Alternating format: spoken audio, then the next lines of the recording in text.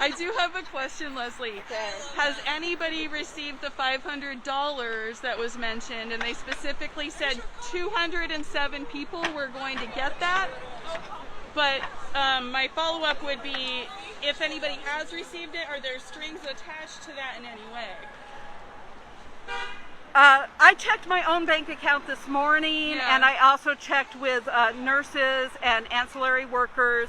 Nobody knows who these 207 workers are, and nobody that I know has received the $500 payment. Okay, thank you for clarifying that for me. Any feedback on that? I mean, what do you think about that? The mitigation payment. What is that? Providence has not made clear what they meant by that statement.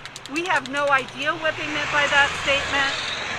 I do have a nurse that was behind thousands and thousands of dollars that was having trouble meeting her critical bills.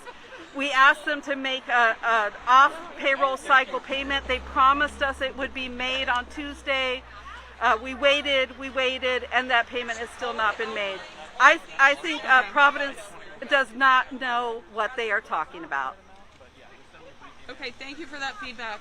Thank you. And then what are your thoughts on the outsourced HR program, or the human resources? How is that impacting you guys being able to, I mean, you said the tickets are getting closed out without any real resolution. What can be done? Yeah, what HR? Okay. Yeah, thank you guys. It seems obvious to many of us that have to interact with this system that is actually designed to not do anything. Yeah. Our first thing that we're allowed to do is put in some type of ticket. These tickets go into a black hole. If they are answered, they are often answered by somebody somewhere. We don't know where they are, that may have just been hired to deal with this payroll crisis and not know anything about our local contracts. Okay, thank you. I appreciate that. And just another thing, actually, within the last month, we have several positions that are field HR that are assigned to our hospitals, and those positions are actually unstaffed as of now. I did see that there is an HR manager is leaving tomorrow. That's correct. Okay, so that puts you at a further disadvantage. Correct. How many local HR managers are there after that person leaves?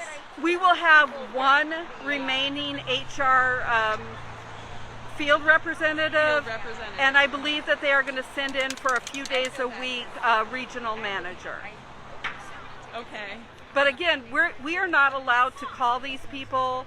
I can, as a union rep, put in a grievance to these people, but in terms of just having somebody to say, hey, look at my paycheck, it seems weird, that does not happen here at the local level. There's no way to get a person to look at a paycheck like that? Correct. Okay. And then the other question people have asked me is, why can't they just cut a new paycheck here on the spot? Oh!